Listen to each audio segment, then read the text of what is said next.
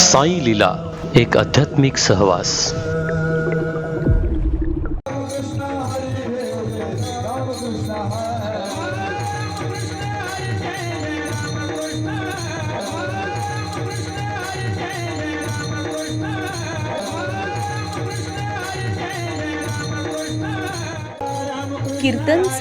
कीर्तन सांग होय अंग हरी रूप.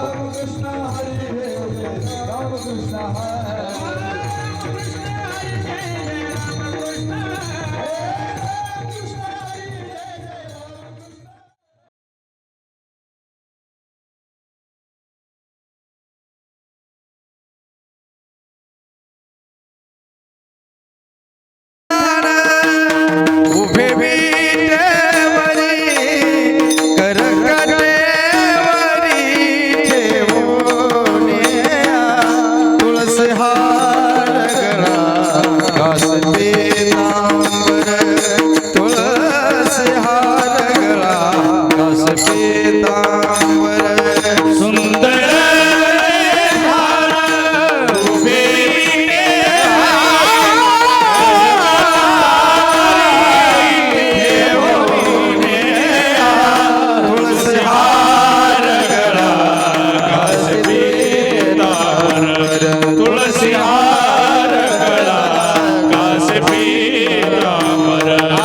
सुंदर ते ध्यान उभे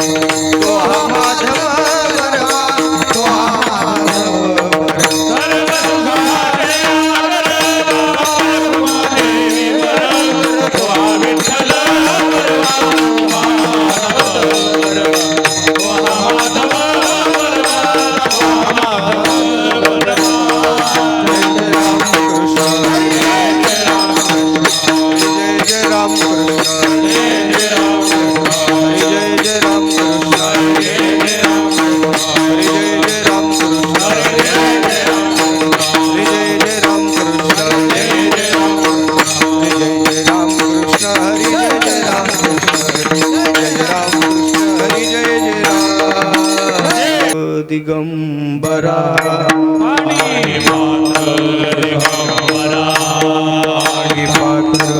दिगंबरा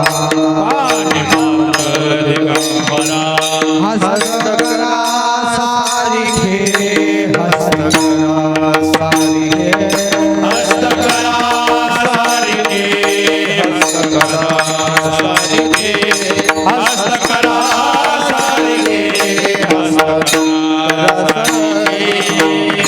पात्र दिगंबरा दिगंबरा दिगंबरा दिगंबरा हस्तकरा सारिखे हस्तकरा सारिखे हस्तकरा सारिखे हस्तकरा सारिखे हस्तकरा सारिखे हस्तकरा सारिखे आवश्यक देवमणि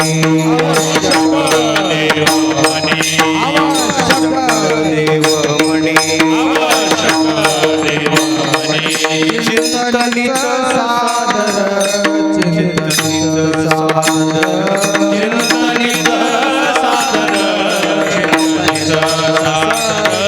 चिंतनित सादर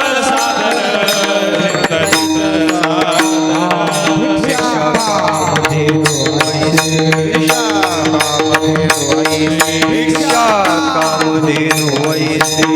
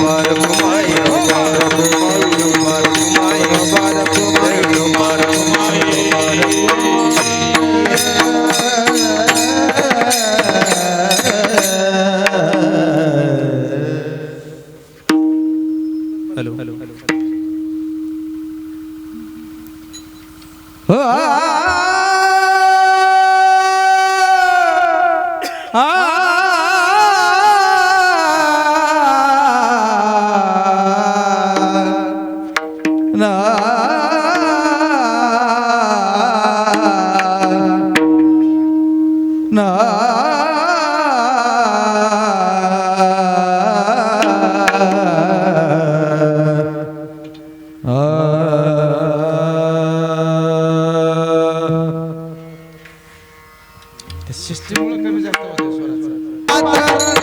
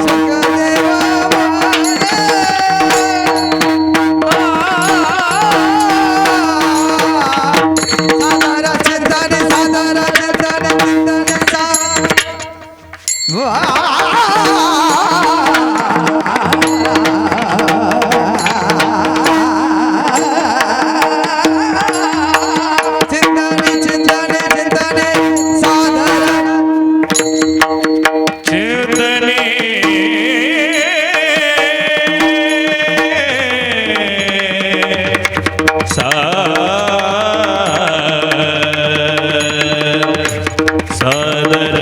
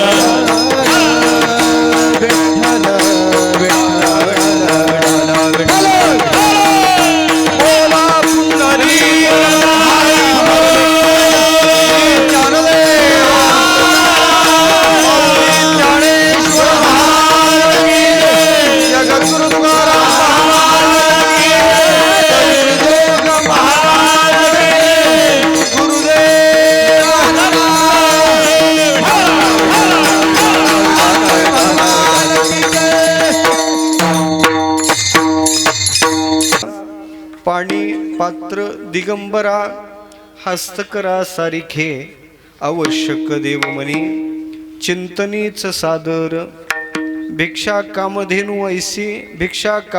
ऐसे अवकाशी शयन आवश्यक देवमनी चिंतनीच सादर पांघरोनी तुका दिशा केला वास अलक्षी आवश्यक देवमनी चिंतनीच सादर पांडुरंगा करू प्रथमा नमः पांडुरंगा करू प्रथमा पांडुरंगा करू प्रथमा नमः पांडुरंगा करू प्रथमा दुसरे चरणा संताची दुसरे चरण संतादिया दुसरे चरण संतादिया त्यांच्या कृपादान कथेचा विस्तार कथेचा विस्तार कथेचा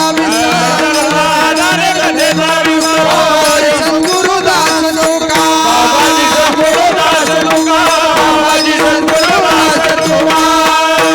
श्री विठ्ठलं सुकरुणार्णवमाशुतोषं दिनेष्टपोषणं मगसहन्ति सिन्धुशोषं श्री रुक्मिणीमतिमुषं पुरुषं परन्तं वन्दे दुरन्तचरितं हृदि सञ्चरन्तं ज्ञानेशो भगवान् विष्णु निवृत्तिर्भगवान् हरः सोपानो भगवान् ब्रह्मा मुक्ताख्या ब्रह्मचित्कला कथं यातोऽसि वैकुण्ठं मानवं देहमत्यजन् तुकाराम महासाधो कृपया ज्ञापयस्व माम् गुरुर्ब्रह्मा गुरुर्विष्णु गुरुर्देवो महेश्वरः गुरुः साक्षात् परं ब्रह्म तस्मै श्री गुरवे नमः सम्पाद्य ज्ञानं च विधाय भक्तिं विलोकितो येन समाधिराजः वैराग्यवन्तं सुविचारयुक्तं नमामि जोगं शिरसा गुरुं तं ढल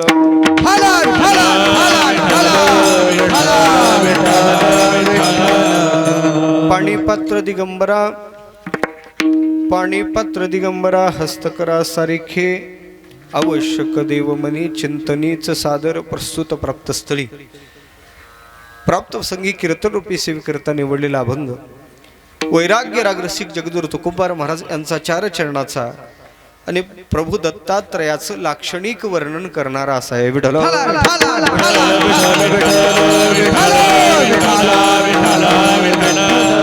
चिंतनाला आरंभ करण्यापूर्वी परिहार द्यायचा तो असा एक दिवशी हा नैमित्तिक उत्सव प्रभू भगवान दत्तात्रयाचा पूर्ण अवतार ज्या दत्तप्रभूचा आहे त्यांच्या जन्माचं जयंतीचं औचित्य साधून चालू असणारा राऊड या गावातला दत्त मंदिरात असणारा हा भक्ती उत्सव एक दिवशी आमचे हरिभक्तीपरायण आदरणीय गणेश भाऊ यांना त्या दत्ताचा प्रसाद प्राप्त झाल्यामुळं त्या प्रसादातून हरिभक्तीपरायण दत्तभक्त असणाऱ्या अंजाबाई सोमवंशी यांच्या कृपा आशीर्वादानं चालू असणारा हा दत्त उत्सव गोड अशा प्रकारचं एक दिवसाचंच आयोजन आमचे हरिभक्तीपरायण आदरणीय गायनाचार्य ज्यांची ख्यातनाम गायनात कीर्ती असणारे आमचे रवी महाराज पवार आहेत त्याचबरोबर आमचे हरिभक्तीपरायण रवी महाराज चव्हाण आहेत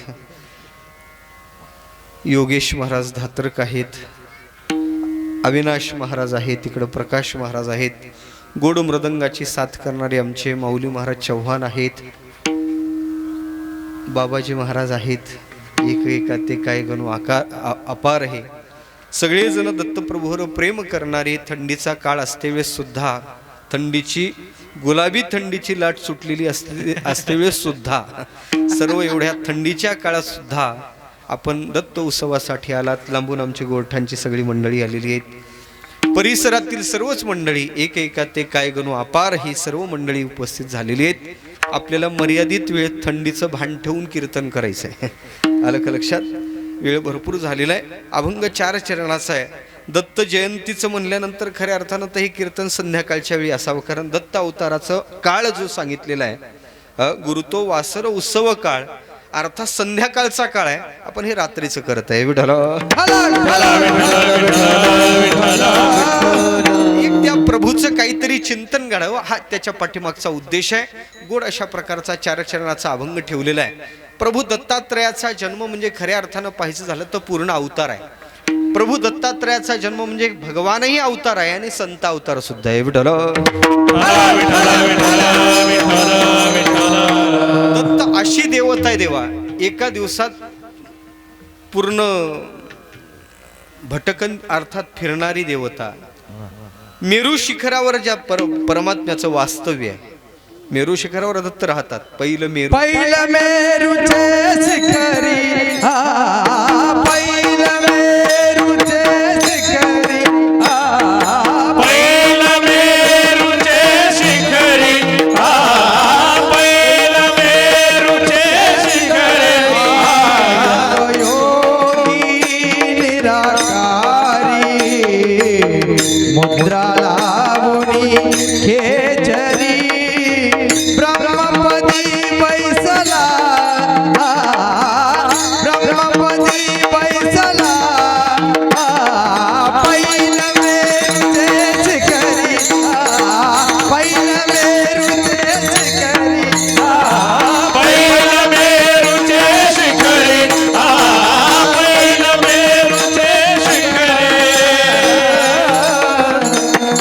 वास्तव्य आहे. रवी महाराजांनी समर्पक प्रमाण दिलं.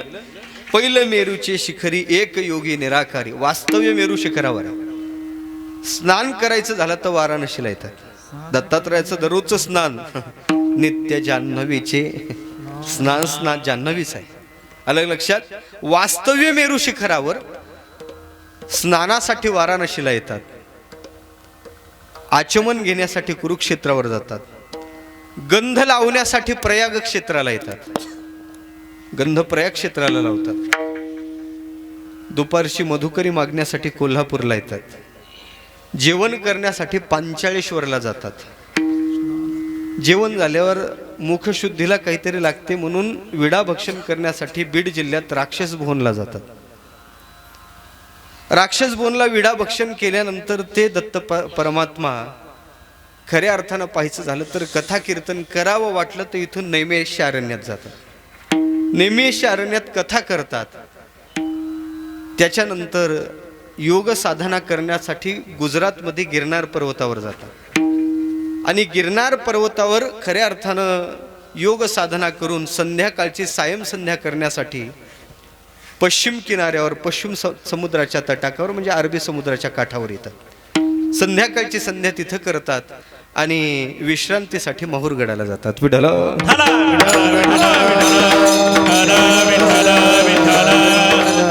प्रभू दत्त दिवसातून एवढा प्रकारचा प्रवास करतात. वास्तव्यात पाहायचं झालं तर दत्त अवतार हा पूर्ण अवतार आहे. पूर्ण अवतार एका जनार्दनी निर्गुण निराकार पूर्ण अवतार प्रगटले. भगवान परमात्मा दत्त परमात्मा पूर्ण अवतार आहे. धरी अवतार विश्व तारावय अत्रीची अनसुया गरुधर. प्रभू दत्त जन्माला यावं वाटत असेल तर आपण अत्री बनलं पाहिजे आणि पत्नी अनसुया झाली पाहिजे.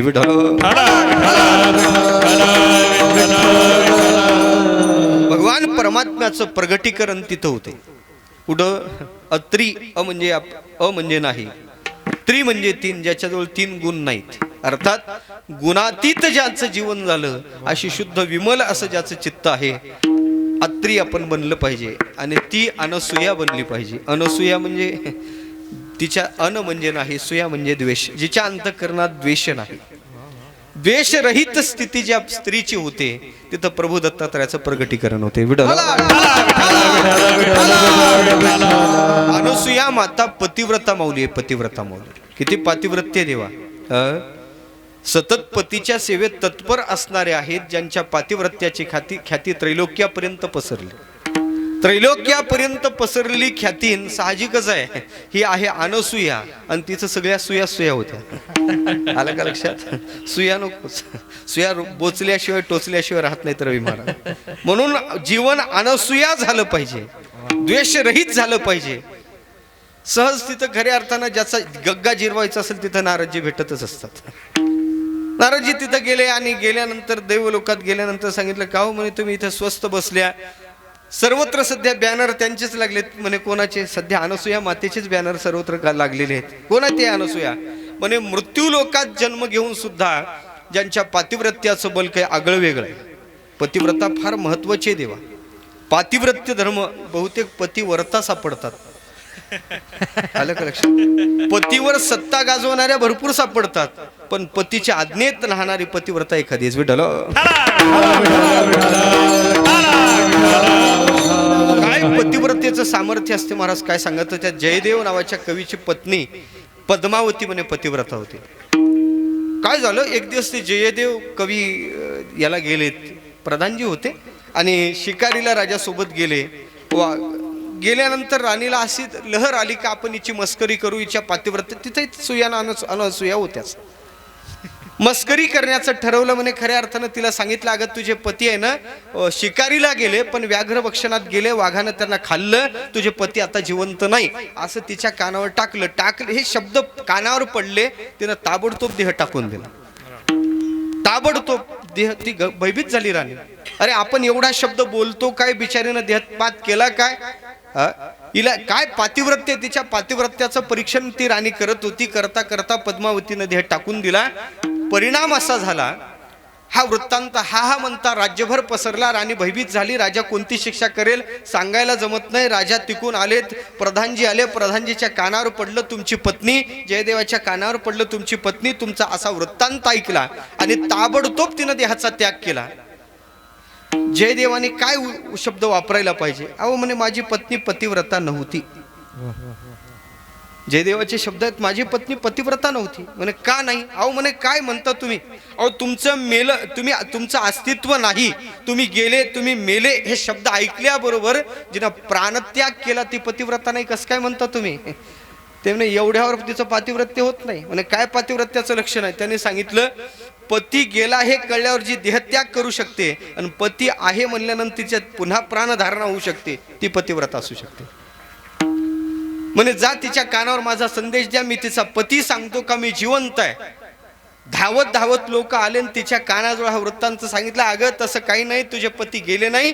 जिचं निचेष्ट शरीर पडलेलं तिच्या कानाजवळ येऊन म्हणल्याबरोबर ते उठून बसले. विठ्ठल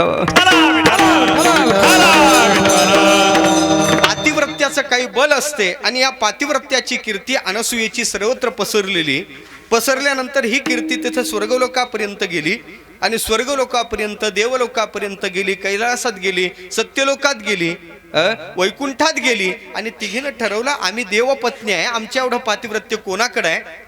आमच्यापेक्षा कोणी श्रेष्ठ असू शकते का? सुयेनं पछाडल्या गेल्या. नवे याच्या पाठीमागं दुसरं कारण, त्या देवता आहेत ना, त्यांना सुया असं नाही म्हणायचं, तर दुसरा आमच्या गुरुजीने एक अर्थ गोड सांगितला होता. अनुसूयेच्या पातिव्रत्याचं सामर्थ्य किती आहे हे दाखवण्यासाठी त्यांनी दाखवलेली ती लीला आहे. विठ्ठल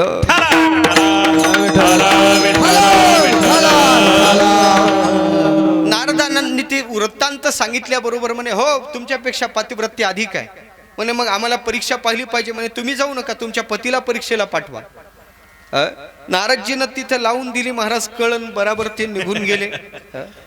नारदजीची कळे फार महत्वाची होती, काहीच्या कळी फार महत्वाच्या असतात. काही सहज बोलतात पण वाटोळ करून जातात.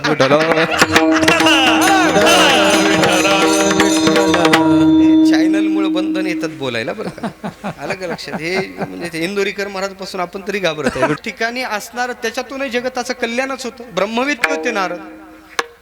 झालं असं, नारदांनी तिथं सांगितलं, निघून गेल्याबरोबर पूर्वीच्या काळी कोपभवन होते. रागावल्या का पत्नी, आता नाही ती व्यवस्था, कारण बंगलेच फार छोटे झाले. पूर्वी मोठे वाडे राहायचे आणि त्या वाड्यात ती रुसून तिनं फक्त कोपभवनात जाऊन बसायचं. ज्या अर्थी मेन दारात आपली पत्नी स्वागताला दिसत नाही त्या चौकशी करायची कुठं आहे, आणि कोपभवनाकडे असली का सावध जायचं. तिघही जण आले, तिघाच्या पत्नी काय दारात दिसल्या नाही, कोपभवनात दिसल्या. तिघांनी विचारलं कस काय हे घडलं, कस काय घडलं? द्वारपाळाने सांगितलं काहीच नाही, नारदजी आज येऊन गेले. नारदजी आज आपल्या घरापर्यंत, वाड्यापर्यंत येऊन गेले. म्हणे त्याचाच परिणाम काहीतरी झालेला दिसतो. सगळं सांगितलं. मग काय आमच्यापेक्षा कोणीतरी हे आहे तर एक करा, त्यांची परीक्षा पाहिली पाहिजे. तिघाला प्रवृत्त केलं. तिघही निघले. म्हणे तुमच्याकडे हो, आमच्याकडे तेच, तुमच्याकडे तेच. कारण एकच व्यक्ती सर्व ठिकाणी जाऊन आलेले होते ना, एकच होतं ते. व्हायरस काय बदललेला थोडी होता. तिघही त्रस्त झालेले आहेत महाराज, सांगायला जमत नाही. मग खऱ्या अर्थानं तिघही एकत्र झाले, परीक्षा पाहण्यासाठी खाली आले.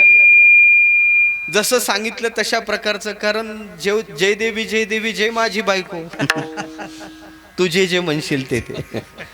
तिघही खाली आले. महाराजांनी झाल्यानंतर सांगितलं अनसूया मातेच्या दारात आले. ओम भवती भिक्षाम देही. अलग पुकारल्या बरोबर अनसूया माता बाहेर आल्यात भिक्षा देण्यासाठी. नाही म्हणे अशी भिक्षा आम्हाला पाहिजे नाही, आम्ही विशिष्ट प्रकारचे अतिथी आहोत आणि आम्हाला विशिष्ट प्रकारची भिक्षा पाहिजे. कशी भिक्षा पाहिजे, काय भिक्षा पाहिजे? त्याने सांगितलं आम्हाला भूक लागलेली, आम्हाला जेवायला पाहिजे, पण जेवण तुमच्या हाताने जेवायचं, पण असं जेवायचं नाही. मग म्हणे तुम्ही आम्हाला ते तुमच्या हाताने भरवायचं, पण अंगावर वस्त्र नको, विवस्त्र अवस्थेत येऊन तुम्ही आम्हाला भोजन द्यायचं. हे ज्यावेळेस त्यांना बोलले अनसूयाला, अनसूया मातेनं सांगितलं काय हरकत नाही, पण मला मी पराधीन आहे, माझ्यावर माझे देवाची सत्ता आहे, मी पहिले माझ्या देवाला भेटून येतो. पार्वत्या खऱ्या अर्थानं अनसूया मातेनं अत्री देवतेकडे जाणं केलं. त्रिकालज्ञ तू ऋषी होते, लक्षात आलं. दारात असणारे अगं सामान्य नाही, तुझं भाग्य चांगलं आहे. ब्रह्मांडाचा मालक परमात्मा तुझ्या दारात भिक्षेसाठी आलेला आहे, काही घाबरण्याचं कारण नाही. हा, भिक्षा देतो म्हणून कबूल कर. आपला कमंडलू, तपश्चर्येनं युक्त असणारा कमंडलू हातात दिला, पाणी दिलं, ती बाहेर आली, हातात पाणी घेतलं आणि तिघावर टाकलं. तिघाला 3-3 काय 6-6 महिन्याचं बाळ केलं, जवळ घेतले आणि एका एकाला जवळ घेऊन यथेच्छ दुग्धपान केलं, खाऊ घातलं आणि म्हणे आता खाल्लं तुम्ही, भरपूर व्याप पाहता. काय जगताची उत्पत्ती एक जण करतो, जगताची स्थिती एक सांभाळतो, जगताचा लय एक करतो. कोरोनाचा काळ होता बाबा, थकलेला होता तू पण. काय शंकराला सांगितलं, कारण भरपूर मोठं खातं त्याच चाललेलं होतं ना. कुठं जातील आणि किती जातील सांगायचं मत नव्हतं. विठ्ठल संहाराचं खातं भगवान शंकराकडे आहे. त्याला सांगितलं काही नाही, आता निद्रा करा तुम्ही. तिने देवाला बाळ केलं, पाळण्यात घातलं, झोपी घातलं आणि झालं असं. 1 दिवस नाही, 2 दिवस नाही, 3 दिवस नाही, 4 दिवस नाही, फोनही नाही, मिस कॉलही नाही. गेलेत कुठं? मोठा प्रश्न पडला. आणखीन कसे आले नाही, आणखीन कसे आले नाही.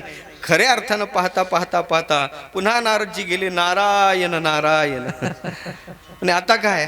अगं म्हणे तुम्हाला माहित आहे का, परीक्षा पाहायला गेलेले तुमचे नवरे, तिनं बाळ करून ठेवले. बाळ म्हणजे तिच्याकडे चटकी आहे का काय? अगं म्हणे तिचं सामर्थ्यच फार विशेष आहे. आणि मग या तिघी तिथं आल्या. अनसूये मातेकडं त्या ज्यावेळेस आपल्या गर्वाने बोलू लागल्या, अनसूया माता पातिव्रत्याचं पतिदेवची आज्ञा प्रमाण मानून त्यांच्याशी ज्यावेळेस मर्यादेनं बोलणं करते आणि करता करता करता सांगितलं, बाई तुमचे पती कोणी आले नाही, 3 भिक्षुक माझ्या दारात आले आणि तिने हे इथं बाळ आहेत, तुमचे कोणते ते ओळखून घ्या. ओळखून घ्या म्हणल्यानंतर पाहतात तिला वाटलं दुसऱ्याचा उचलला तर रिकामी गोंधळ व्हायचा. आपला सोडून दुसरा आला हातात तर रिकामं व्हायचं नको. ज्यानं पाणी ग्रहण आपलं केलं तोच आपल्या हातात आला पाहिजे. करायचं काय? फार डोकं लढवलं, काही नाही. आणि तसंच आहे देवा. भावानं जे लहान होते, मोठे भावार्थाचे बळ देव झाला त्यांचे बाळ. हे शक्य आहे भावानं. भाव बळ्या कळे, येवी लागळे, करतळी आवळे, तैसा हरी, करतळी आवळे, तैसा हरी, करतळी आवळे. भावानं देव लहान होतो, काही न लगे एक भावची कारण. आणि परमात्म्यासाठी देवा कारणे भाव तस्मात. बस भावच पाहिजे. भावानं तो आकळल्या जातो, लहान होतो, हे लक्षात आलं. अनसूया मातेच्या अंतःकरणात भाव होता म्हणून देव त्यांचं बाळ झालेला होता. करता करता करता शेवटी नाविलाज झाला. अगं आमच्याकडं अभिमानानं आम्ही दूर राहिलो, आम्हाला ते ज्ञान नाही. पाय धरले आणि प्रत्य धर्माचा उपदेश तिच्याकडून ग्रहण केला. परिणाम असा झाला, पुन्हा पाणी हातात घेतलं, त्यांच्यावर टाकलं, पुन्हा पूर्वत रूपाला देव प्राप्त झाले. प्रत्येक जण घेऊन निघले. तेव्हा अनसूये मातेनं सांगितलं, देवा अहो ती इतके दिवस 8-10 दिवस माझ्याकडं वास्तव्य केलं आणि तसे कसे जाता?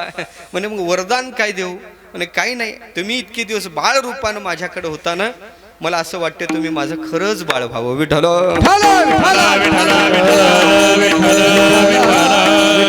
तोच प्रभू दत्ताचा अवतार. अर्थात तिन्ही शक्ती एक. उत्पत्तीम प्रलयम शैव भूतानाम गतिम गतिम मृत्युम विद्यान विद्यांच्या सवाचो भगवान येते. तिन्ही शक्ती एकत्र वटलेल्या जे एकच अवतार आहे आणि तो म्हणजे दत्त अवतार. आलं का लक्षात?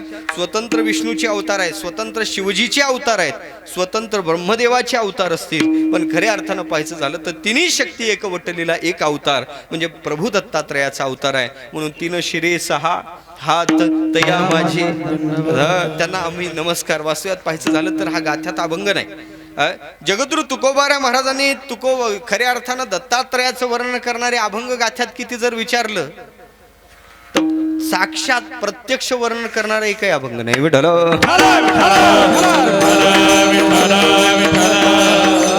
मग प्रभू दत्तात्रयाचं वर्णन आमच्या ज्ञानोबारांनी केलं, प्रभू दत्तात्रयाचं वर्णन नाथबाबांनी केलं, नामदेव महाराजांनी केलं. मग तुकोबारांनी केलंच नाही का? केलंच नाही असंही मी म्हणणार नाही, कारण मी जो सेवेला ठेवलेला अभंग आहे तो प्रत्यक्ष जगद्गुरु तुकोबारा महाराजांचा आहे. या अभंगात जगद्गुरु तुकोबारा महाराज दत्तप्रभूचं वर्णन करतात, पण दत्तप्रभूचं वर्णन प्रत्यक्ष करत आहेत, अप्रत्यक्ष करतात. विठ्ठल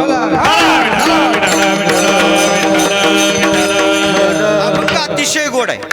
या अभंगात मी म्हणतो जगद्गुरु तुकोबार महाराज दत्तप्रभूचं वर्णन करतात, पण तुम्ही म्हणाल महाराज दत्तप्रभूचं वर्णन करतात तर या अभंगात भगवान दत्तात्रयाचं नाव कुठं आहे?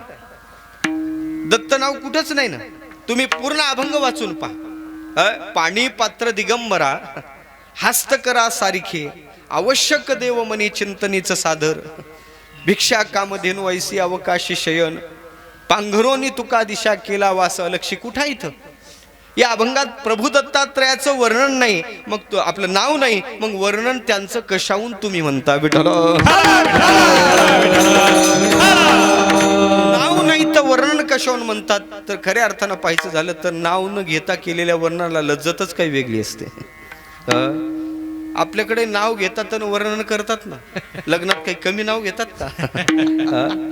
जेवढं आधी लांबवलं तेवढं नाव घेतलं का सगळं फेल होऊन जाते. आलं का लक्षात? प्रभू दत्तात्रयाचं वर्णन आहे पण नाव नाही. कुठं कुठं नावच आहे पण वर्णन नाही. या अभंगाची विशेषता अशी आहे, या अभंगात प्रभू दत्तात्रयाचं नाव नाही पण वर्णन दत्तात्रयाचं आहे. कशावरून म्हणता? लक्षण प्रमाण अभ्याम वस्तुसिद्धी. एका गावात लक्षणावरून व्यक्ती कळते. लक्षणं सगळी तिकडे जातात ना, मग त्याच्यावरून ती देवता कळते. आलं का लक्षात? उदाहरण सांगतो तुम्हाला. एका गावात एका व्यक्तीला सगळं गाव त्याला मूर्खा म्हणायचं. सगळं गाव काय म्हणायचं? मूर्खा मूर्खा. वैतागला गावाला. नाही, या गावातच राहायचं नाही, अख्खं गाव आपल्याला मूर्खा म्हणते. गाव सोडायचं, राहायचं. एक चांगला म्हणत नाही, कोणीतरी चांगलं म्हणायला पाहिजे ना आपल्याला. लांब गेला, उन्हाळ्याचे दिवस, पाणी सर्वत्र आटलेलं. इतकं लांब जायचं का बस आता आपलं गाव, आपले संबंध, नातेवाईक, कोणी आप्तेष्ट जवळचे कोणी आपल्याला पाहणार नाही, इतक्या लांब जायचं. निघून गेला, फार अंतर चालून गेला, जवळजवळ 400-500 किलोमीटरचा अंतर कापून गेला. दुष्काळ पडलेला, लोकांनी पाणी पिण्यासाठी नदीत विहिरा खदलेला, आणि सकाळी सकाळी याला रात्रीचं खाल्लेलं मटेरियल पोट झोंबून आलेलं, बहिर दिशेला तिथं बसलेला. इतक्या लांब गेल्यावर बहिर दिशेला तिथं बसलेला. गावाला पिण्याचं पाणी, तिथं बहिर दिशेला बसल्यानंतर सकाळी सकाळी त्या गृहिणी पाणी भरण्यासाठी त्या विहिऱ्याच्या दिशेने निघल्या, आणि लक्षात आलं कोणीतरी ग्रस्त तिथं बहिर दिशेला बसलेला आहे. त्यांना राग आला आणि त्या लांबून जे मूर्खा ए ते काय म्हणतात? ए मूर्खा, तुला काय अक्कल आहे का? ए मूर्खा, ए मूर्खा. त्यानं विधी आटोपली, त्याला मूर्खा म्हणलं याचं काहीच वाटलं नाही, कारण त्याला मूर्खा म्हणून घेण्याची सवयच होती. ते विधी आटोपली, त्या बाईच्या जवळ आला, म्हणे हात जोडून मावशी तुम्हाला विनंती आहे, खरं सांगा तुमचं आमच्या गावात कोण आहे? काय प्रश्न केला त्यानं? तुमचं आमच्या गावात कोण आहे? म्हणे बाबा तुझं गाव कोणतं, तू कुठचा, तू काय, मला काही माहित नाही. म्हणे मग मला मूर्खा म्हणतात हे तुम्हाला कोणी सांगितलं? त्यांनी काय प्रश्न केला? मला मूर्खा म्हणतात हे तुम्हाला कोणी सांगितलं? ते म्हणे सांगावं कशाला लागते, लक्षणच तसे आहेत.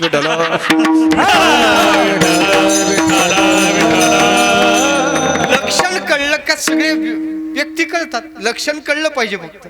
तसं या अभंगातली लक्षणं दत्तात्रयाकडे जातात, आणि लक्षणं कळली का देवता ओळखण्याची पद्धती आपल्याला माहीतच आहे. मी तुम्हाला सांगतो, ऐका. कमळात उभी आहे, कमळात उभी आहे, हात असा केलेला आहे. 1000 नाही 1500 म्हणूनच ना 1500च्या नोटा अशा पडतात. कोणती देवी असेल? थंडीनं तुम्ही गारटली नाही ना? हे असा हात केलेला आहे, कमळात उभी आहे, आणि हातातून असे पैसे पडतात 1500च्या नोटा. कोणती देवता? नाही तुम्हाला माहित नाही? लक्ष्मी. लक्षण कळलं का देवता कळतेच ना.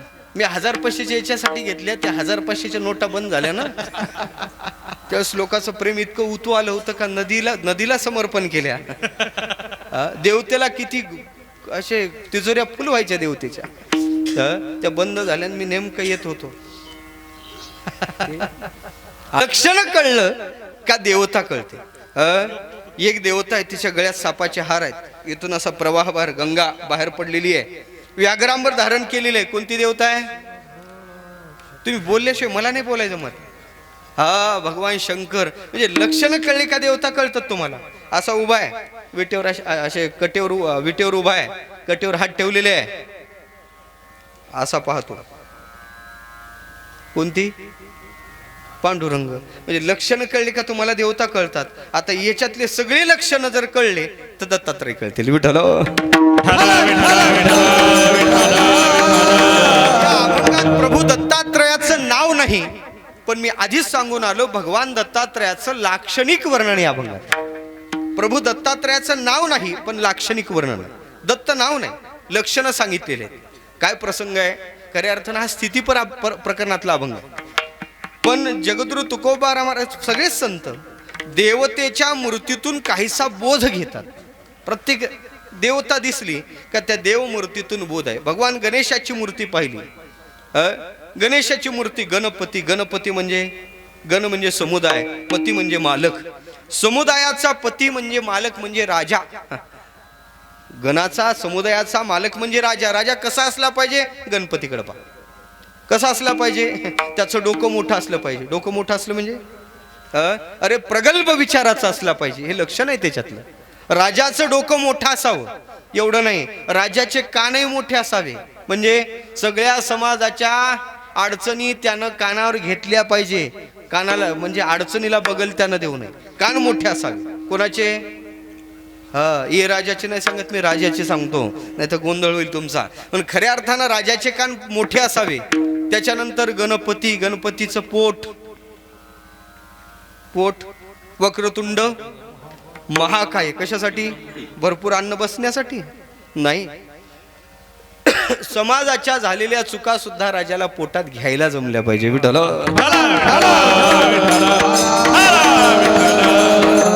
अडचणी पोटात घ्यायला जमल्या पाहिजे. आणि राजा कसा असला पाहिजे? त्याचं नाक मोठं पाहिजे, लांब पाहिजे नाक. म्हणजे लांब नाक पाहिजे. या शब्दाचा अर्थ आहे निरपेक्षता त्याच्या जीवनात पाहिजे. निरपेक्षतेची नासिक. गणपतीचं नाक लांब आहे म्हणजे निरपेक्षता आहे. राजा अपेक्षावाला नको, भ्रष्टाचारी तर नकोच नको. विठ्ठल गणेशाच्या मूर्तीतून जसा बोध होतो तसा भगवान शंकराच्या मूर्तीतून बोध होतो. काय भगवान शंकराने अरे काही नाही, स्मशानात वास्तव्य केलं. जगाला उपदेश करतात, एक दिवस आपल्याला इथंच जायचं आहे. उपदेश आहे. काय लावलं? राख लावली.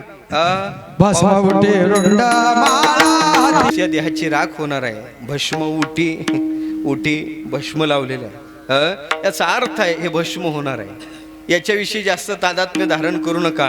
प्रत्येक देवाच्या मूर्तीतून संत बोध घेतात.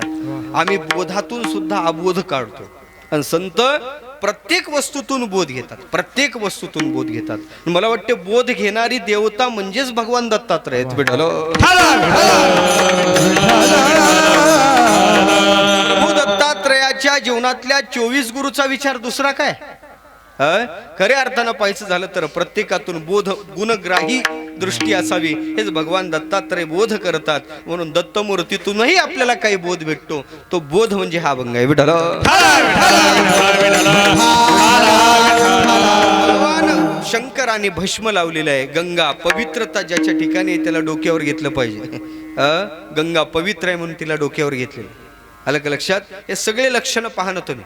हे सगळ्या लक्षणाचा विचार करायचा झाला तर शिवमूर्तीतून बोध. भगवान पांडुरंगाकडून बोध भेटतो. काय बोध आहे? तत्परता असली पाहिजे, उभा असलं पाहिजे, सतत माणसानं कर्तव्य दक्ष असलं पाहिजे. अशी देवता उभा. हा भाविकासाठी देव उभा आहे. कसा उभा आहे? विटेवर उभा आहे. विटेवर उभा याचा अर्थ विठ ही भक्तानं दिलेली अल्प स्वल्प जागा आहे. विठ हे भक्ताचं अंतःकरण आहे. विठ काय सामान्य आहे का? आमचे ज्ञानोबा म्हणतात बाबा विटेसारखं भाग्य दुसरं कोणाचंच नाही. काय? मी वाराणसीच्या यात्रेला जाईल, प्रयाग तीर्थ पाहिल, पण विठोबाच्या पायाची विट मात्र मी होणार नाही बरं का. विठोबाच्या पायाची विट कधी बरं मी होईल? ज्ञानोबाची अपेक्षा आहे. वाराणसी यात्रे जाईन, प्रयाग तीर्थ पाहीन, परिमी विट नव्हेन विठोबा पायीची विट कैबा मी होईन. अपेक्षा आहे ज्ञानोबाची. काय सामान्य विट आहे का? जन्मोजन्मीच्या सायासी विठ्ठल लाधला पुंडलिकासी, पूर्वी पुण्य केले ओ माई, विटे लाधले या विठोबाचे पाय. विठ सामान्य नाही. मला सांगायचं काय? अल्प स्वल्प जागा आहे. विठ हे काळाचं प्रतीक आहे. विठ्ठल मूर्तीतून भेटणारा बोध आहे. देवाने पाय भक्तानं दिलेल्या अल्प जागे संतुष्ट होणारा परमात्मा म्हणजे पांडुरंग आहे. विठ्ठल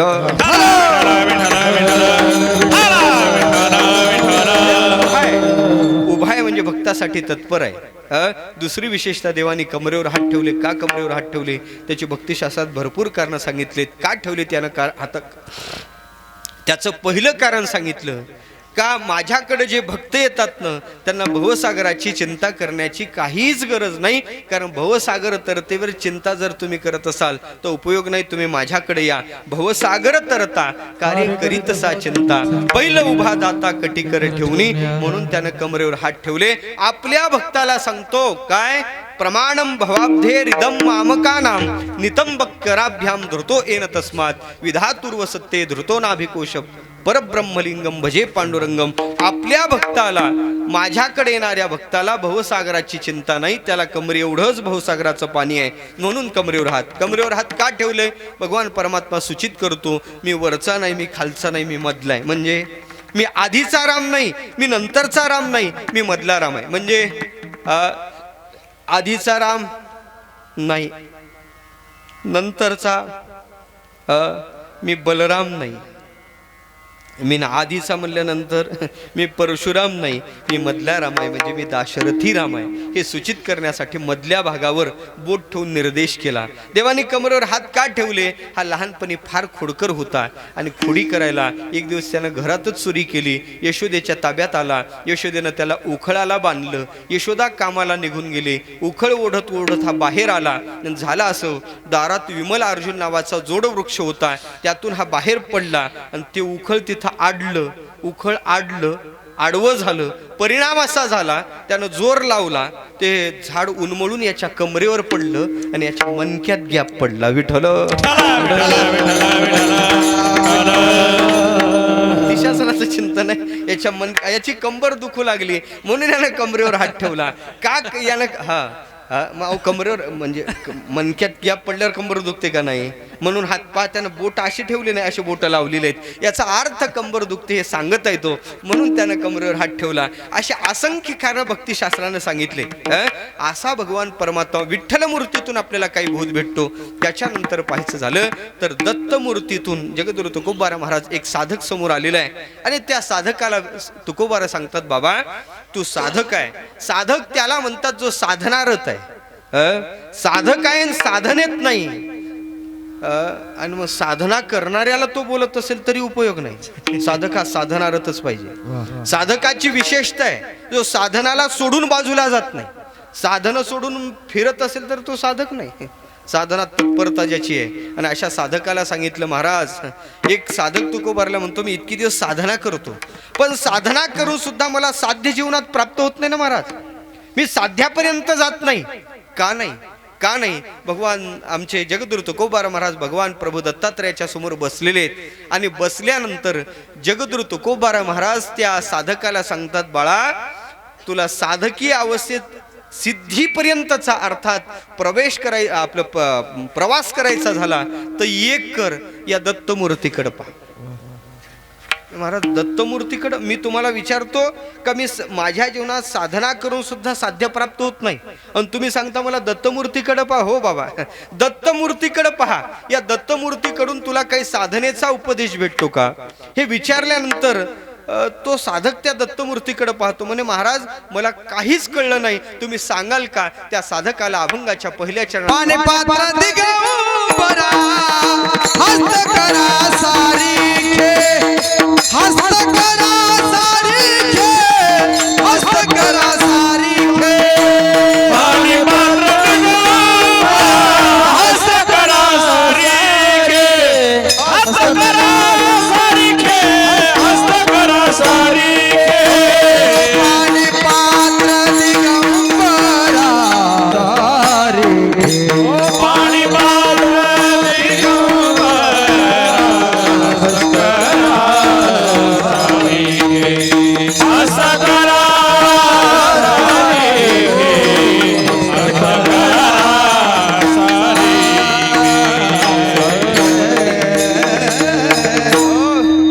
साधकाला तुकोबारा म्हणतात बाबा जीवन कसं असलं पाहिजे.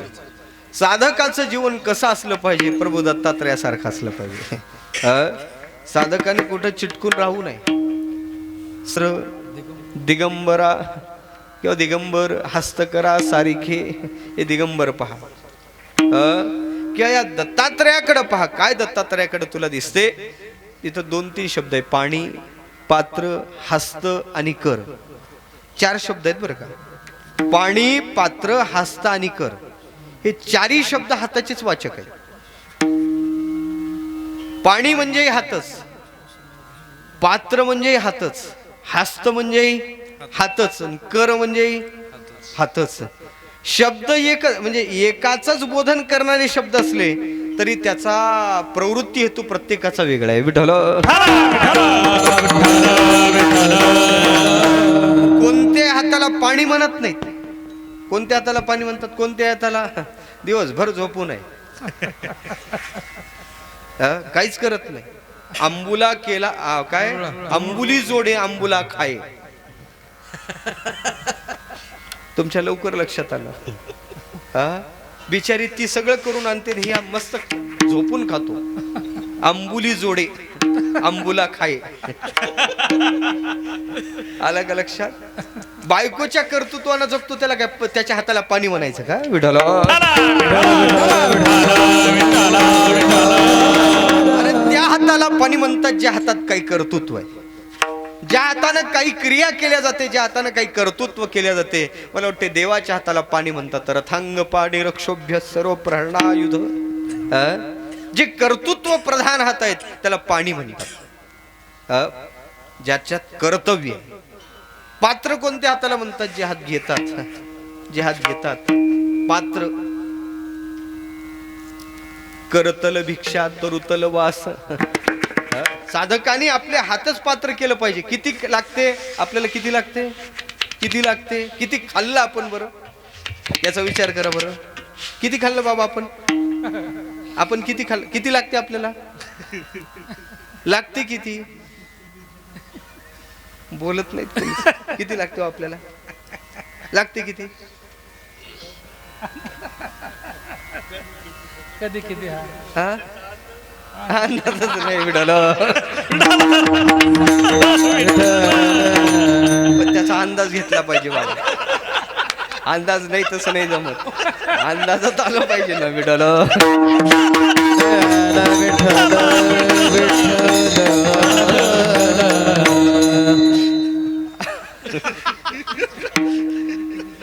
खऱ्या अर्थानं पाहायचं झालं तर एवढं पात्र आहे हे आपलं. एवढ्यावर आपलं भागते. पण खऱ्या अर्थानं पाहायचं झालं तर किती पोते आतापर्यंत खाल्ला आपण? किती खाल्लं? भरपूर खाल्लं. किती पोते गेलं असेल नाही सांगायचं मत. पाणी म्हणजे हातच, पात्र म्हणजे हातच, हस्त म्हणजे हातच. कोणते हात? कोणत्या हाताला हस्त म्हणत नाहीत? जे देतच नाहीत कधी त्याला हस्त म्हणू नये. हे हस्त नाही, हे अशी पाहिजे. हस्त म्हणजे देणारे हात. हस्त म्हणजे देणारे हात. हाताला शोभा तरच आहे तू देत असतील तर. हस्तौ दान विवर्जितौ श्रुतिपुटौ सारस्वतौ दौहिनौ नेत्रे साधू विलोकेन रहितौ पादौन तीर्थम गतः. म्हणजे हात जर देत नसतील तर ते हात काही कामाचे? याचा अर्थ ते हात जे देतात ते.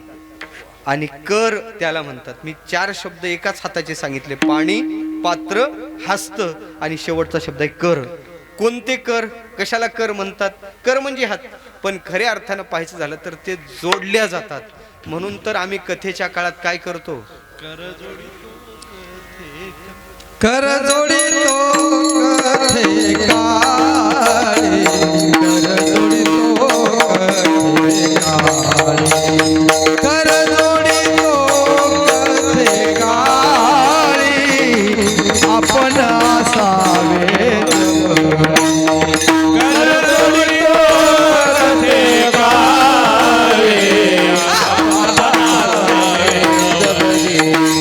आपण असावे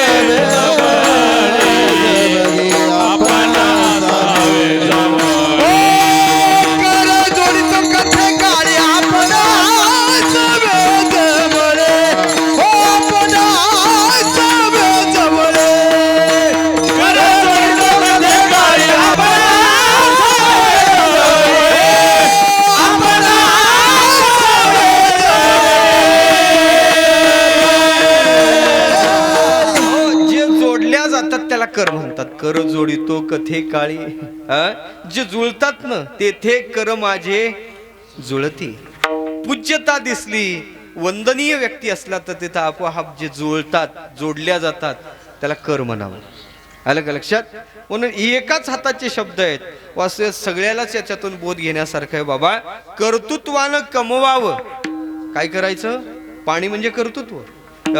कर्तृत्वानं कमवायचं. हस्त म्हणजे दान द्यायचं, पण ते मी देतो अशी अंकुरती नको, हात जोडून द्यायचं. विठ्ठल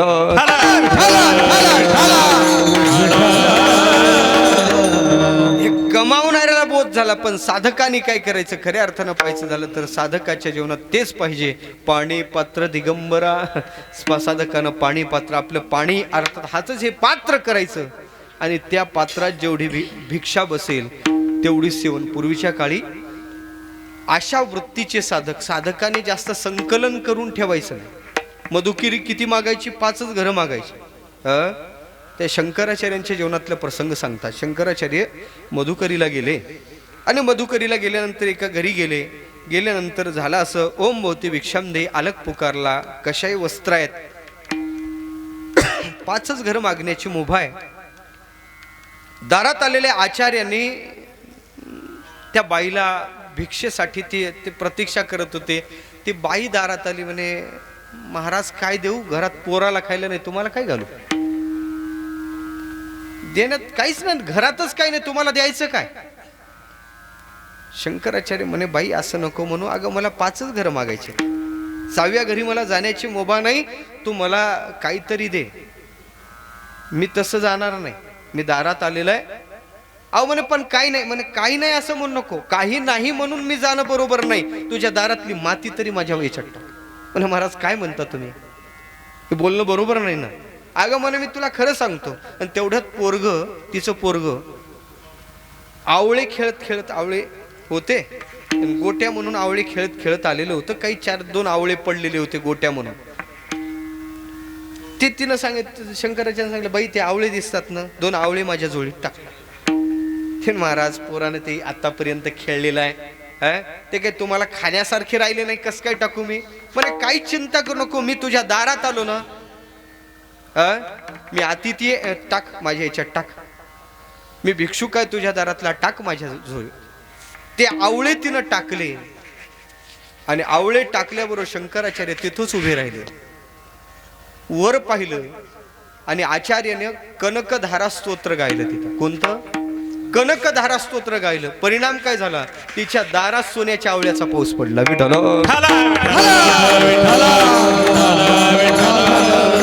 आचार्यानं तिच्या दारात कनकधारा स्तोत्र गायल्याबरोबर तिच्या दारात सोन्याच्या आवळ्याचा पाऊस पडला. असा कोणी जर दारात आला,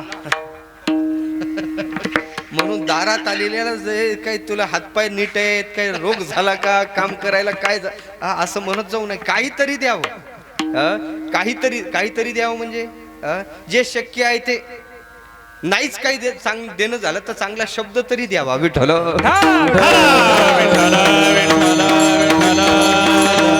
मला सांगायचं काय, भगवान दत्तात्रयाच्या मूर्तीतून काही लाक्षणिक बोध काही प्राप्त होतो का?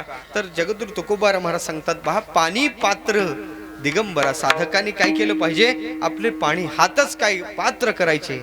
दिगंबरा दिशा हेच पांघरण करायचं. दिगंबर दिशा हे ज्याने पाणी पात्र दिगंबरा हस्त करा सारिखे.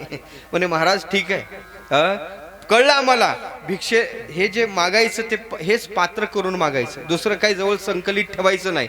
ठीक आहे, वस्तूचं संकलन साधकाच्या जीवनात नको. मग त्यानं करायचं काय? म्हणजे त्यानं काहीच करायचं नाही. आवश्यक त्याच्या जीवनात काय असेल तर बाकी सामुग्री गोळा करण्यापेक्षा साधकाने आपल्या जीवनात देवाचं अखंड चिंतन करावं. अभंग आवश्यक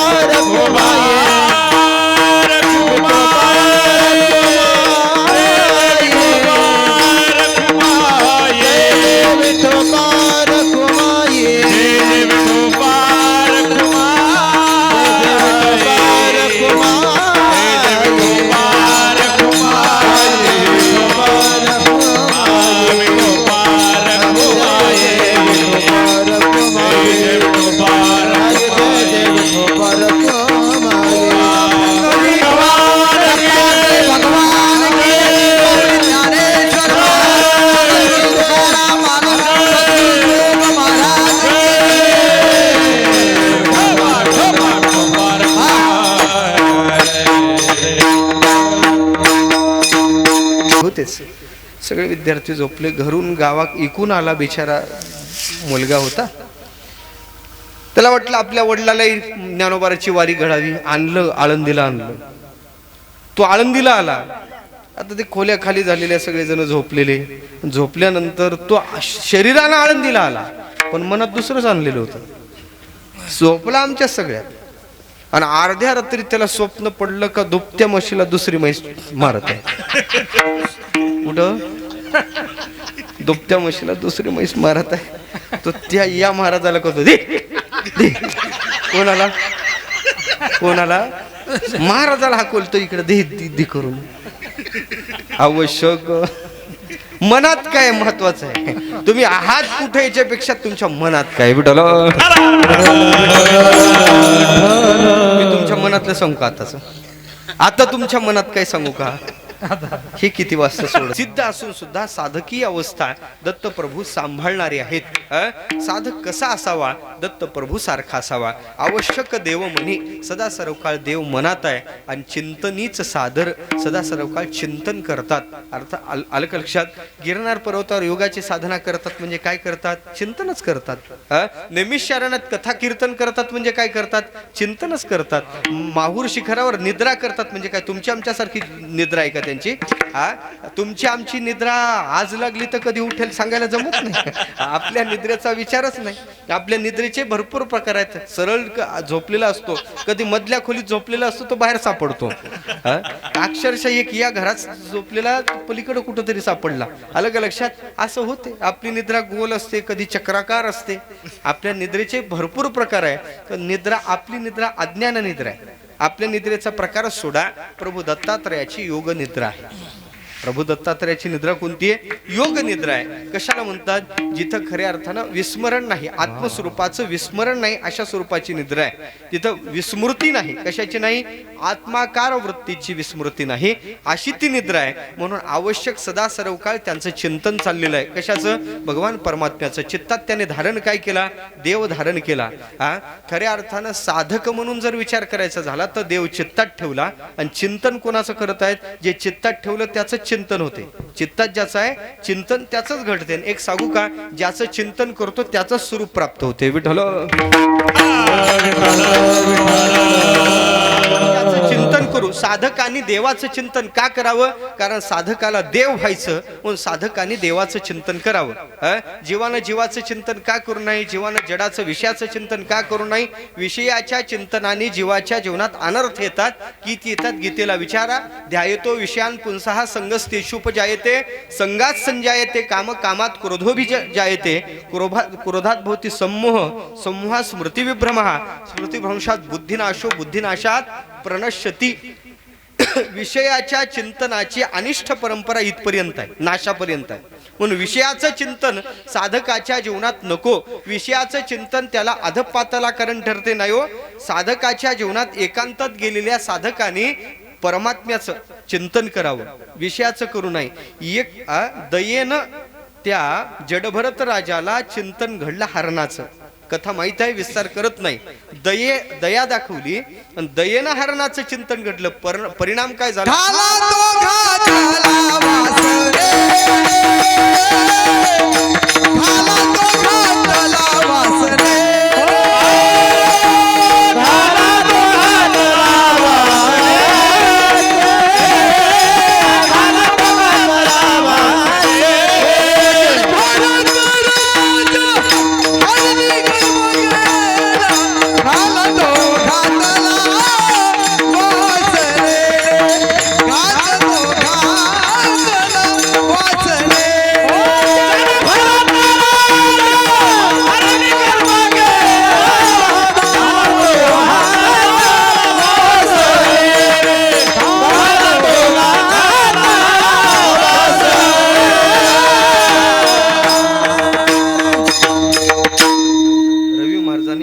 चालीचा एक घाला घातला. आलं का लक्षात? आणि ते घाला तिथूनच सुरुवात केली त्यांनी. घाला तो घातला वासनेने, असंच ते पाहिजे होतं. खऱ्या अर्थानं पाहायचं झालं तर माझा विषय चालला तिथं. त्या चिंतनानं त्या वासनेनं घाला घातला आणि त्याची गती बिघडली. त्याला पुन्हा जन्म घ्यावा लागला. तो हरणीच्या गर्भाला गेला. याचा अर्थ आहे विषयाचं चिंतन बाधक आहे. साधकाच्या जीवनात विषयाचं चिंतन त्यानं करू नये. ते सांगितलं अनात्मचिंतनम त्यक्त्वा कश्मलम दुःख कारण. अर्थशास्त्र सांगते अनात्म पदार्थाचं चिंतन साधकानं करू नाही. मग चिंतन कोणाचं करावं? परमात्म्याचं. होते काय? ज्याचं चिंतन करतो त्याचं स्वरूप प्राप्त होते. एक प्रसंग सांगून जातो. काय झालं? अशोक वाटिकेत सीतेला ठेवलं. सीता विचारात पडली. मी इतक्या दूर देशात आले. त्या त्रिजटेला विचारू लागले, सांगो त्रिजटे सखे ऐसी मात. सांग बरं, देव मला भेटी देतील का? कोणता माझ्याकडून पाप घडलं? एवढा अनर्थ कोणता घडला? कोणतं पाप घडलं? मला परमात्म्याचे चरण अंतरले. ती त्रिजटेला विचारू लागली. त्रिजटेला विचारता विचारता झाला असं, सीतेच्या डोळ्यातून सारख्या पाण्याच्या धारा लागलेल्या आहेत. त्रिजटेनं तिचं समाधान केलं. अगं सीते, चिंता करू नको, राम समर्थ आहे. राम कधीतरी येतील, तुला घेऊन जातील. काहीच चिंता करण्याचं कारण नाही. त्रिजटा ज्यावेळेस त्या सीतेला समजू लागली, तिनं सगळं ऐकलं. सगळं ऐकलं झालं. तिची समजही निघली आणि त्रिजटेच्या त्या समाधान करण्यामुळं तिचं समाधानही झालं. सीता शांत झाली, शोकरहित सीता झाली. काही काळ निघून गेला. त्रिजटा संध्याकाळ तिची सुट्टी झाली. आता ती कामावरच होती. लक्ष द्यायचं काम होतं सीतेवर. घरी गेली. अशोक वाटिकेतून घरी गेली. दुसरा दिवस उजाडला आणि दुसऱ्या दिवशी झाला असं, त्रिजटा सकाळी सकाळी तिथं आली. तर सकाळी सकाळी आल्यानंतर आदल्या दिवशी जी सीता शोकरहित झाली होती, शोकाच्या बाहेर गेलेली होती, आनंदात राहत होती, ती सीता पुन्हा शोकग्रस्त तिनं पाहिली. तिच्या डोळ्यातून येणारं पाणी पाहिलं. तिचे सुजलेले गाल पाहिले, डोळे सुजलेले पाहिले. त्रिजटा तिच्या जवळ आली आणि तिला विचारलं, का ग सीते, तुला काल सांगितलं रामाच्या सामर्थ्यावर तुझा विश्वास नाही? अगं म्हणे सगळं आहे. राम येतील तुला वाटत नाही म्हणे, सगळं मला वाटते. हे मला तू सांगितलेलं सगळं पटलं. मग मी गेल्यानंतर तू एवढी रडली का? डोळे सुजण्यापर्यंत रडलीस का? तर सीतेनं सांगितलं, बाई मी माझ्या रडण्याचं कारण दुसरं आहे. रामाच्या सामर्थ्याविषयी मला शंका नाही. राम मला इथं येऊन नेतील यातही मला शंका नाही. मग तू रडलीस का? तिनं उत्तर दिलेलं फार गोड आहे. तिनं सांगितलं म्हणे, बाई काय सांगू त्रिजटे, अगं मी रात्री एक दृश्य पाहिलं.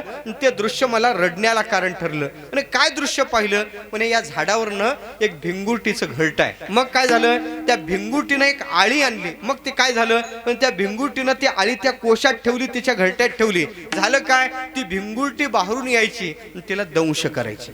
भिंगुरटी फिरून यायची, पुन्हा दंश करायची. आळी भयभीत झाली. भयभीत झालेली आळी भिंगुरटीच्या भीतीनं आळी राहिली नाही. भिंगुरटी जवळ आल्याबरोबर ती आळीच तुका म्हणे आळी जीवे नुराची वेगळी, जीवे नुराची वेगळी, जीवे नुराची वेगळी. तुका म्हणे आळी जीवे नुराची वेगळी, जीवे नुराची वेगळी. तुका म्हणे आळी जीवे नुराची वेगळी,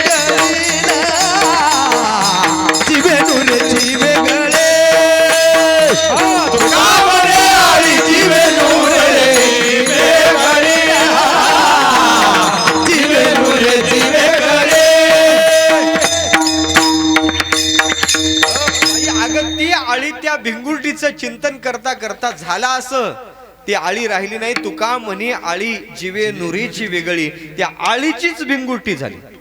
आळीनं भिंगुरटीचं चिंतन केलं, त्याच्यामुळे आळीच भिंगुरटी झाली. अगं मला अशी मोठी चिंता पडली. मी सतत रामाचं चिंतन करतो. मी जर रामाचं चिंतन करता करता आळीनं भिंगुरटीचं चिंतन केलं तर आळी भिंगुरटी झाली. मी रामाचं चिंतन करता करता मी जर राम झाले तर रामाला सीता आणायची कुठून? मी इकडं राम आणि तिकडे दुसरा रामच आहे ना. स्त्री जटा हुशार होती. ती म्हणे, अगं सीते तू वेडी आहे. तू रामाचं चिंतन करते ना, रामाचं चिंतन करून करून आळीसारखी तिथे भिंगुरटी झाली ना, तशा प्रकारचं रामाचं चिंतन करून तू जर राम झाली ना, तर रामही कोणाचं तरी चिंतन करतात. म्हणजे कोणाचं करतात? अगं राम तुझ्याशिवाय दुसऱ्याचं चिंतनच करत नाही. राम सतत सीते हे सीते असं चिंतन करतात. तू जर राम झाली तर राम सीता होतील. दाम्पत्य जीवन काही बिघडणार नाही. विठ्ठल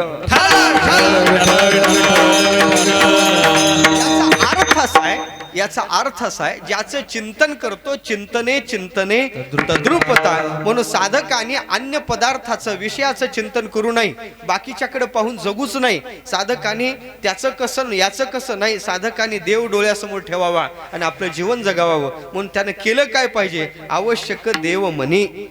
साधकाच्या जीवनात आवश्यक त्याच्या मनात देव असावा आणि त्या देवाचंच त्याने चिंतन करावं. विषयाच्या चिंतनात काळ घालू नये. मग काय म्हणतील का हो महाराज, साधकाने अन्याकडे पाहायचं नाही, अन्याकडे पाहून जगायचं नाही, फक्त देवाचं चिंतन करायचं, देवच चित्तात ठेवायचा. मग आम्हाला पोट आहे त्याची वाट काय? पोट नाही का आम्हाला? पोट आहे ना. त्याच्यानंतर महाराज अन्न वस्त्र निवारा ह्या मूलभूत गरजा आहेत. याचा तर काही विचार केला पाहिजे. म्हणजे साधकांनी त्याचा विचार करू नये. कारण ज्या दिवशी तुमचा जन्म झाला ना त्या दिवशी तुमच्या सोबत काही गोष्टी सोबतच आलेल्या आहेत. काय काय आलं? आयु कर्मंच वित्तंच शरीर निधनमेवच. ह्या गोष्टी तुमच्या सोबत आल्या. चिंतन करण्याची साधकांनी गरज नाही. मग पोटाचा विचार आहे त्याच्या बाबतीत तुमचा काय विचार आहे? तुकोबानं सांगलं प्रभू दत्तात्रयाकडेच पहा. प्रभू दत्तात्रयानं पोटाची व्यवस्था काय लावली? अभंगाचं भिक्षा कामाधेनु ऐसी भिक्षा कामाधेनु ऐसी भिक्षा कामाधेनु ऐसी भिक्षा कामाधेनु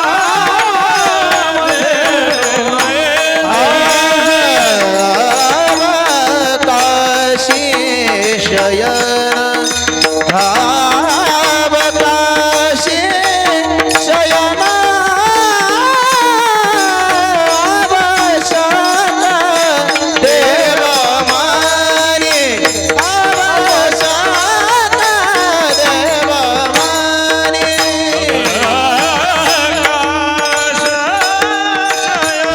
शयन आवकाशी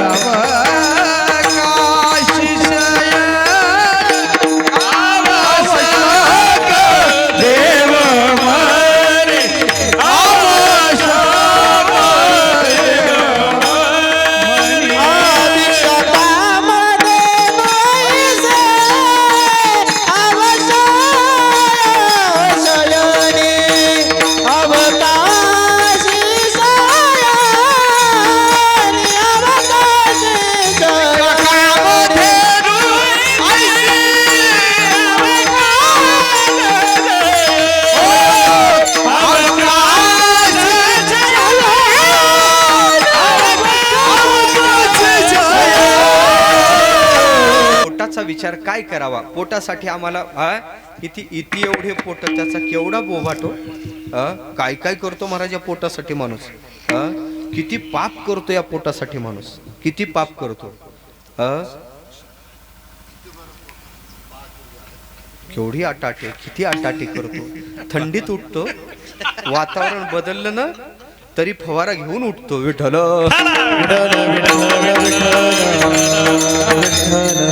किती महाराज न्याय्य मार्गाने मिळवतो, अन्याय्य मार्गाने मिळवतो. पोट एवढंच आहे. ज्या दिवशी त्यानं पोट दिलं त्या दिवशी त्याचं अन्नही त्यानं तयार केलं बरं का. शास्त्राने असं सांगितलं, अरे बाबा ज्या दिवशी आईच्या उदरात तू आला ना त्या दिवशी तुझ्या अन्नाची त्यानं व्यवस्था केली. मग त्यानं पुढची व्यवस्था तुझी केली नाही का? नको चिंता करू वस्त्रा या पोटाची माऊली आमुची पांडुरंग. साधकाच्या जीवनात हा विश्वास पाहिजे. देवाच्या ठाई जर साधकाचा विश्वास नसेल तर पुढं त्याची गती सुधरेल किंवा प्रगतीपथावर राहील सांगायला जमत नाही. म्हणून साधकाने करायचं काय? पोटासाठी सांगितलेलं आहे भिक्षा मागायची. भिक्षा कामधेनू ऐसी. भिक्षा ही कामधेनू समजायची. प्रभू दत्तात्रयाच्या जवळ गाय आहे. कोणती गाय आहे? कामधेनू. कशाला म्हणतात कामधेनू? जी कधीही जी इच्छा पूर्ण करते, कामना पूर्ण करते ती कामधेनू. आता ती कथा सांगत नाही, घड्याळ संपलं. त्या कामधेनूचा एक स्वतंत्र इतिहास अशा प्रकारचा आहे. वशिष्ठ महाराजांचा स्वतंत्र इतिहास आहे. मला सांगायचा ही कामधेनू प्रभू दत्तात्रयाकडे कुठून आली त्याचा एक इतिहास आहे. सांगायचं काय? ही कामधेनू जे पाहिजे ती देणारी आहे. अशी साधकाची ही भिक्षा ही कामधेनू समजून त्यानं ग्रहण केली पाहिजे. आता त्या भिक्षेत मला हे चालते हे चालत नाही, भिक्षेत आलेलं हे म्हणण्याचा त्याचा अधिकार नाही. जे आलं किती मागावी, कसं खावं, ती वाया गेल्यानंतर दोष काय लागते त्याला सुद्धा स्वतंत्र विचारशास्त्रात केलेला आहे. कोणत्या भिक्षेच्या बाबतीत याची वृत्ती काय पाहिजे. भिक्षा कामधेनू ऐसे, भिक्षा सर्वस्व आहे, कामधेनू आहे, आपल्या उदरनिर्वाहाची चिंता करणारी आहे असं समज. म्हणजे काखे झोळी पुढे श्वान नित्य जान्हवीचे. झोळी का घेतली, भिक्षा.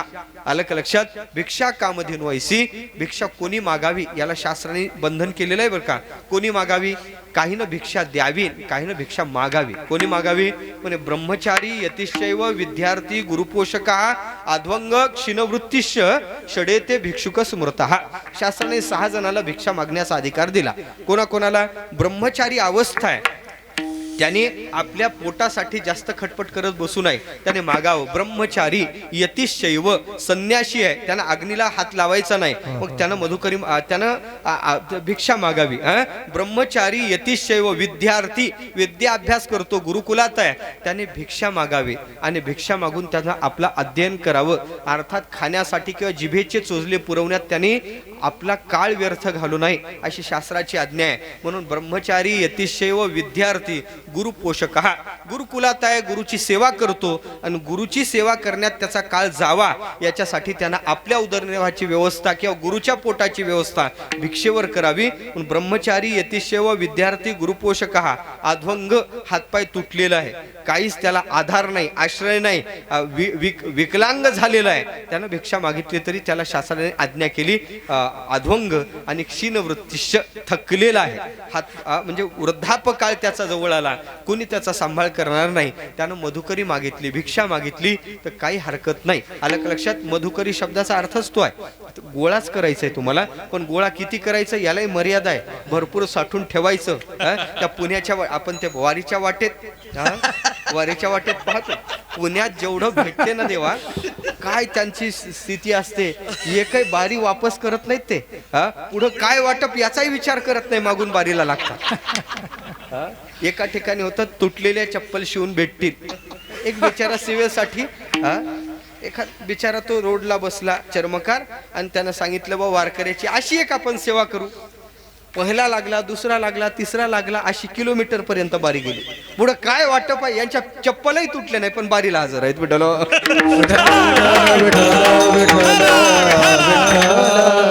होते तुम्ही पहा, पंढरीच्या वाटेवर आल्यावर आपल्या लक्षात येते पुण्याची गणना कोण करी. पुण्यात एवढी गणना करतात ते, इतकं गोळा करतात पुढे गणनाच होत नाही. विठ्ठल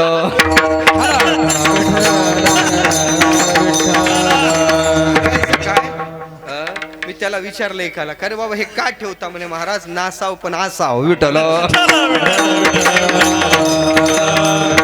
काय उत्तर दिलं त्यांनी, नासाव पण असाव. इतकंही नासाव नाही ना.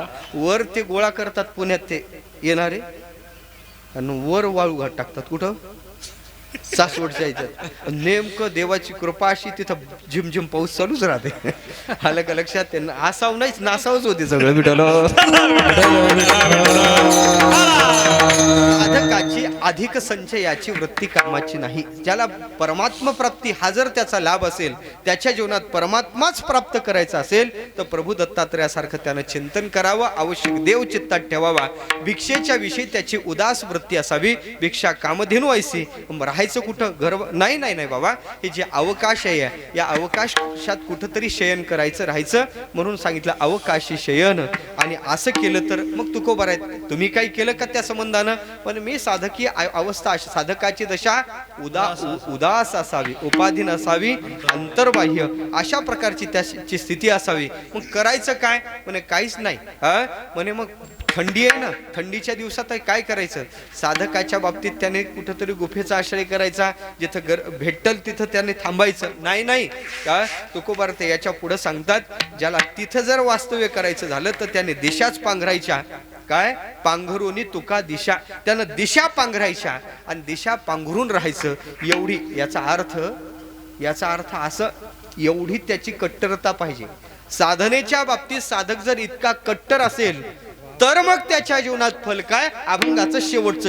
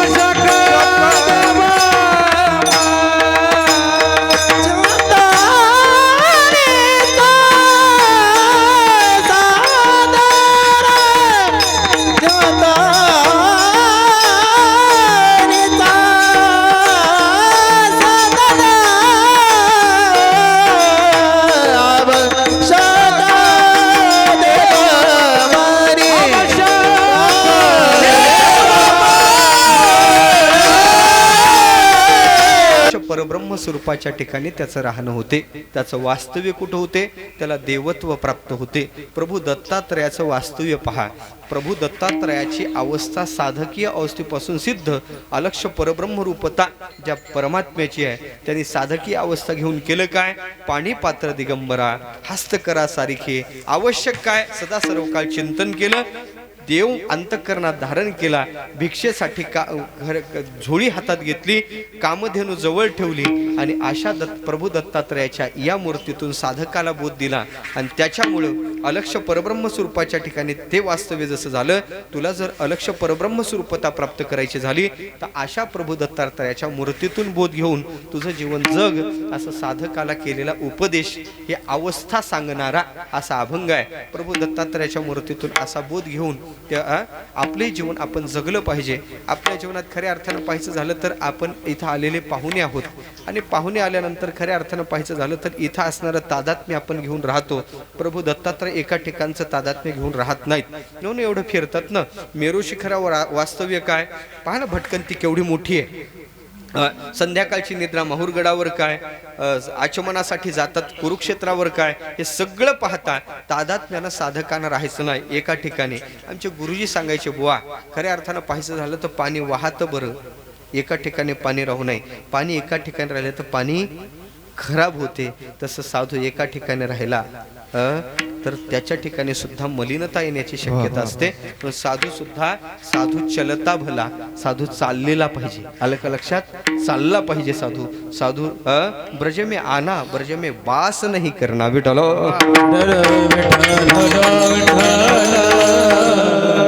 आना जाना. एक महात्मा म्हणायचे, ब्रजवासी महात्मा म्हणायचे, ब्रज में आना जाना ब्रज में वास नाही करना. याचा अर्थच असा आहे का तिथं तुम्ही राहून त्या क्षेत्राचं महिम्य तुम्हाला कळायचं नाही. तसं साधकाने भटकंती करत साधना करावी, म्हणून पूर्वीचं भ्रमण करावं. प्रभू दत्तात्रय तशा प्रकारचं करतात.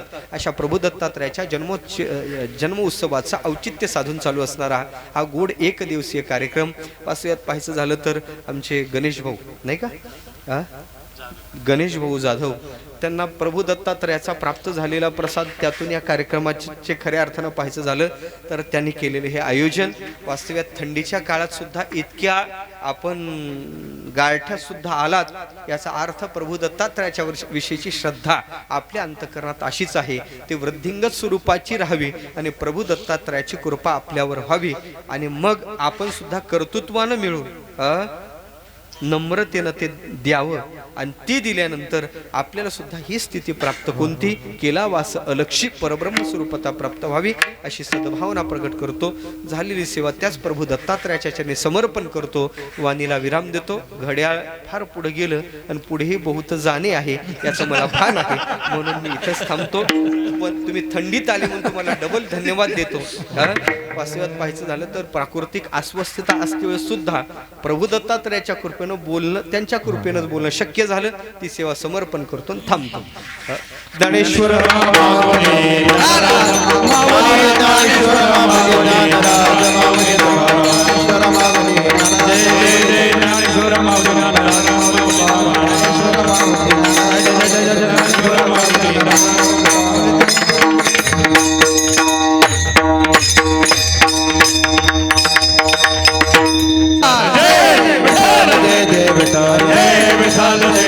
हरी जय विठ्ठल जय जय विठ्ठल बोलिले कोरे वेडे वाकुडे विठ्ठल क्षमा परात्मा नाही उच्चारिला अधिकार मी आसुला क्षमा परात्मा महाराज ज्ञानेश्वर राखा माया पैकी क्षमा परात्मा महाराज तुम्ही देव तुकाराम